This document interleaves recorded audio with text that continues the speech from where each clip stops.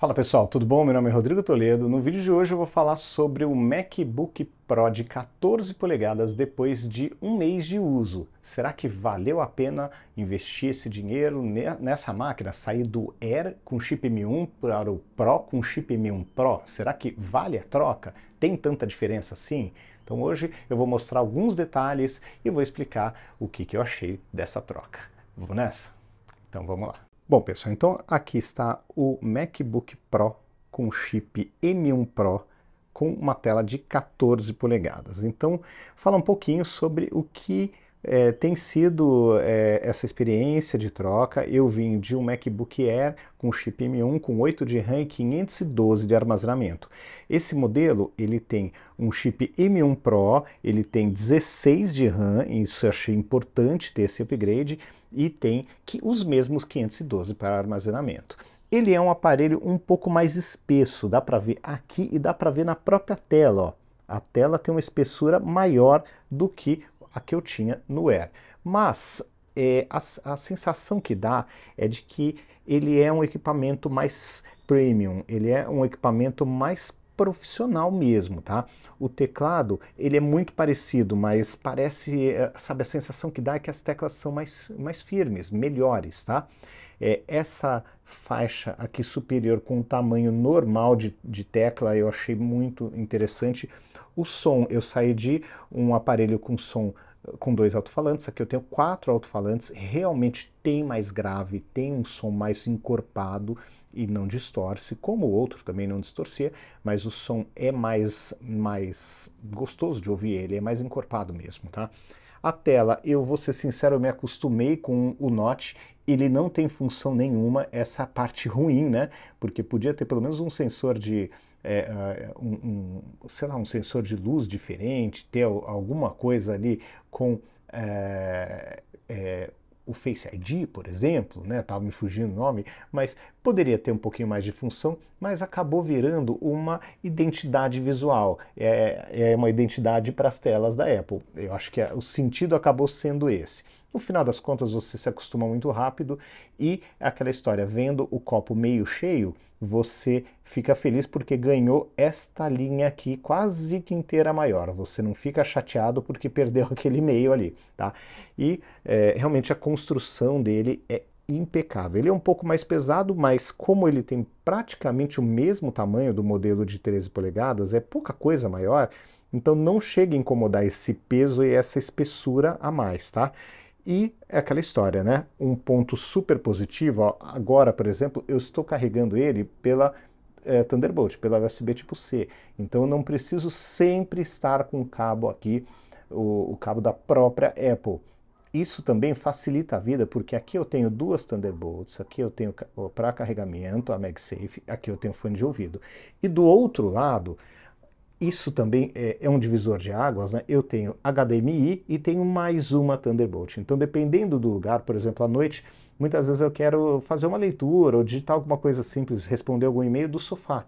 E a tomada do lado do meu sofá, que fica mais fácil, fica deste lado aqui. Então, poder carregar dos dois lados parece uma besteira, mas é um quebra-galho imenso.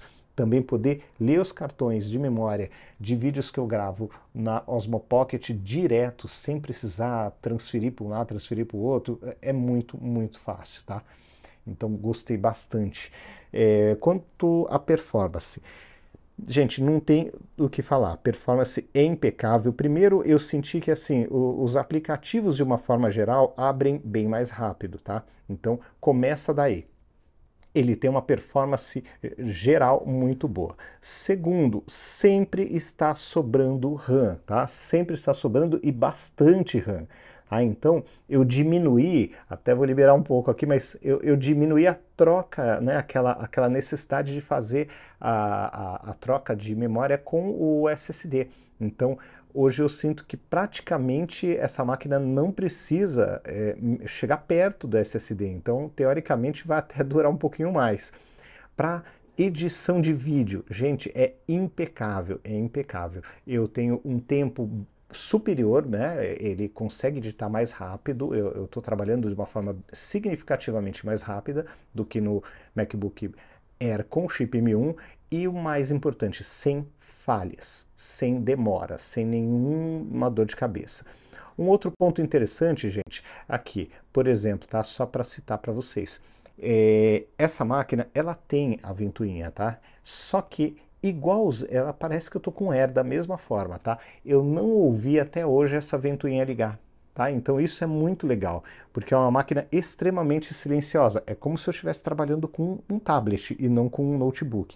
Tá? Então eu consigo, inclusive, jogar com ela sem nenhum problema, sem ligar a ventoinha.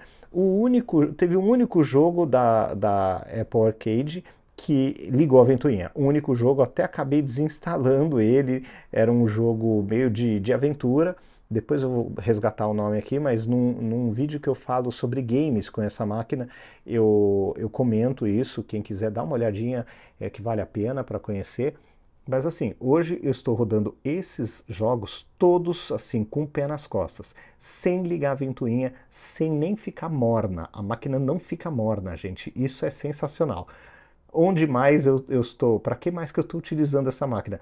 Essa parte de música, eu estou começando a testar os Zen Beats da Holland, tá? Que é excelente, é uma alternativa à Korg que não trouxe o aplicativo, o Gadgets 2, para essa máquina. Ainda continua presa no iPhone e no iPad. Então é uma alternativa muito completa, muito legal. Estou começando a brincar e tem outros aplicativos aqui que vieram, né, que são versões do iPad que eu consegui instalar, que eu vou testar com o passar do tempo, mas estou gostando bastante da experiência de brincar com música com esse aparelho, com um detalhe também, que é interessante e importante falar, sem ligar a ventoinha, sem aquecimento nenhum, tá? Aqui, na parte de games, eu também comentei com vocês, né, o que acontece. Além dos jogos do arcade, que são esses aqui, que por enquanto eu instalei, eu também tenho feito o uso aqui da Xbox, tá? Então, os jogos na nuvem, olha, tudo que eu quis rodar até hoje rodou, mas bonito, sem nenhum problema. O problema, na verdade, tem sido o seguinte, eu tô com vontade de esticar minha assinatura. Eu tô ainda naquele mês lá dos R$ 5, mas eu tô querendo esticar, porque realmente, olha, o que eu quis jogar, por exemplo, o último jogo que eu achei impressionante, os jogos de corrida, por exemplo, o Forza, o 5 rodou perfeitamente, rodou assim, mas bonito, tranquilo, sem nenhum problema. E assim, gente, é um jogo bem pesado, é um jogo que tem gráficos incríveis, os gráficos são excelentes e eu não tive nenhum, mais zero problema, tá? Aqui, Need for Speed, tudo isso aqui é o primeiro lote de games que eu testei, tá? Esses aqui. E assim, gente, tudo impecável, tudo rodando no máximo, sem engasgar, sem nenhum problema. Então, a experiência de jogo é impressionante. Claro, isso aqui eu rodo em qualquer coisa, porque é pelo navegador, eu rodo no meu tablet, muita gente fala isso. Sim, roda, mas quando eu lembro do Dell G5, que mesmo rodando isso aqui, esse mesmo jogo, só que na versão 4, chorando, com a ventoinha no máximo, morrendo de aquecer, isso para rodar um jogo na nuvem. Então, isso aqui, para mim, para o meu uso, tem sido um divisor de águas, tá? Eu sei que para outros usuários pode ser, mas isso aqui eu rodo até no celular. Sim, roda, mas é muito interessante ver que essa máquina, ela não é apenas uma máquina hoje para produtividade para mim, ela é uma máquina que também está me servindo para entretenimento, também está me servindo para trabalhar com aplicativos de música. Então, o uso tem sido muito mais ampliado do que na máquina anterior, tá? A parte de Xbox, com certeza eu rodaria no MacBook Air com o chip M1 sem grandes problemas, mas o que eu acho, gente, é assim, eu acho que mesmo Air é interessante pegar no mínimo com 16 de RAM, tá? Esses 16 de RAM que eu vejo que estão dando o conforto que eu precisava. E realmente essa máquina me surpreendeu porque eu tô com folga. E é um dinheiro a mais que eu tive que pagar nessa máquina, né? É um pouco mais cara, mas é aquela história que eu venho comentando já há algum tempo com vocês. Às vezes é melhor gastar um pouquinho mais e comprar direito, comprar certo, comprar o melhor que você pode, do que comprar o quase lá ou o que te atende hoje, mas que de repente em um ano pode ser pouco. Pegar um Mac com 8 de RAM, hoje pode até te atender, mas daqui a um ano, será que os 8 de RAM vão aguentar a próxima virada do próprio sistema da Apple? Será que não vai ficar cansado? Você não vai dar uma amarrada ali no sistema? Então tem que pensar muito nisso. E foi o que eu me baseei na decisão de compra. Poderia ter pego o modelo de 1 tera, sim, mas eu não quis dar mais este passo, tá? Eu quis ficar dentro do que era confortável para mim no momento e guardar o dinheiro, mesmo que a diferença não era tão gigante, mas eu já cheguei longe com ele, tá? Já foi um passo grande. Então, eu acho que ele acabou me servindo muito bem. Eu cheguei até a ficar, foi engraçado, eu cheguei até ficar levemente na dúvida, né? Se, puxa, será que eu fiz a escolha certa? Será que eu não deveria ter pego com 1 tera e 16 de RAM, que é o modelo que vem depois desse? Mas no final das contas eu achei que foi bem acertada a decisão, né, de economizar essa diferença e dar um passo de cada vez. Mas o modelo Pro, gente, é assim, você compra um equipamento que você vai poder esticar por um tempo bem maior. Falando de Pro de 14, não de Pro de 13. Pro de 13 é praticamente o Air. O Air com chip M1 e o Pro de 13 com chip M1 eram basicamente a mesma máquina com uma ventoinha que nem ajudava tanto assim, porque a máquina não esquenta, é difícil esquentar, você colocar essa máquina para esquentar. Então, eu achei que no 13 não vale o Pro. O Pro de fato é 14 para cima, tá? E vale a diferença? Vale. Vale, você realmente eleva muito mais máquina e aquela história. Hoje, mesmo pensando, isso é curioso, né? Quando eu estava com o aparelho, o Air com chip M1, quando saiu o M2, eu já estava pensando, puxa vida, eu preciso do M2, hein? Como é que eu vou fazer e tal? Já estava com a cabeça no novo.